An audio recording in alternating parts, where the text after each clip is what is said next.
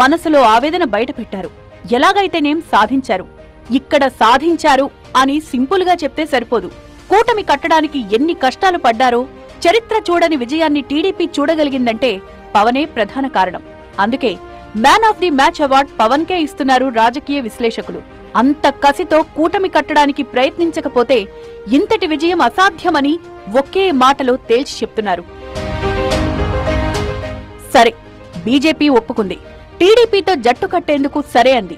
కానీ అంతటితోనే అయిపోలేదుగా. రాష్ట్రంలో బలమైన పార్టీ టీడీపీ. రాష్ట్రంలో ఓట్లు లేకపోయినా జాతీయ స్థాయిలో బలంగా ఉన్న పార్టీ బీజేపీ. ఏ రకంగా చూసినా జనసేననే చిన్న పార్టీ.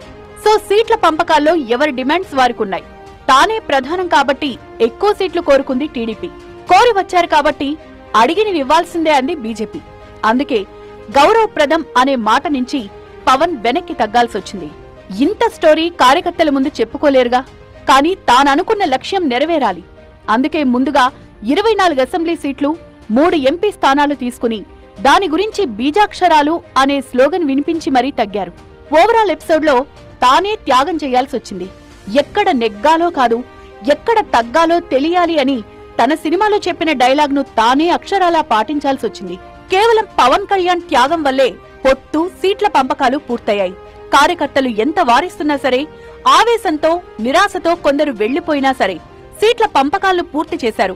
చివరికి తానే వెళ్లి కార్యకర్తలకు సర్ది చెప్పుకోవాల్సొచ్చిందనుకోండి.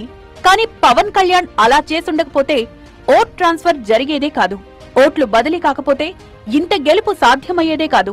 అంతెందుకు, టీడీపీ తరపున గెలిచిన వారికి 1000 ఓట్ల మెజార్టీలు వచ్చేవే కావు.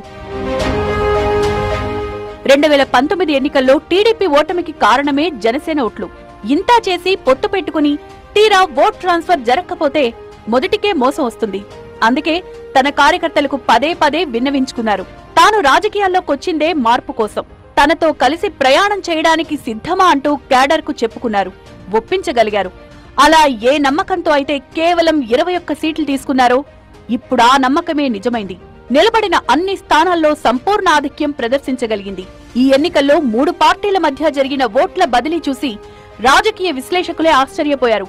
పవన్ కళ్యాణ్ తనను తాను తగ్గించుకోవడం ద్వారా కూటమి విలువ పెంచారు అన్నది విశ్లేషకుల మాట.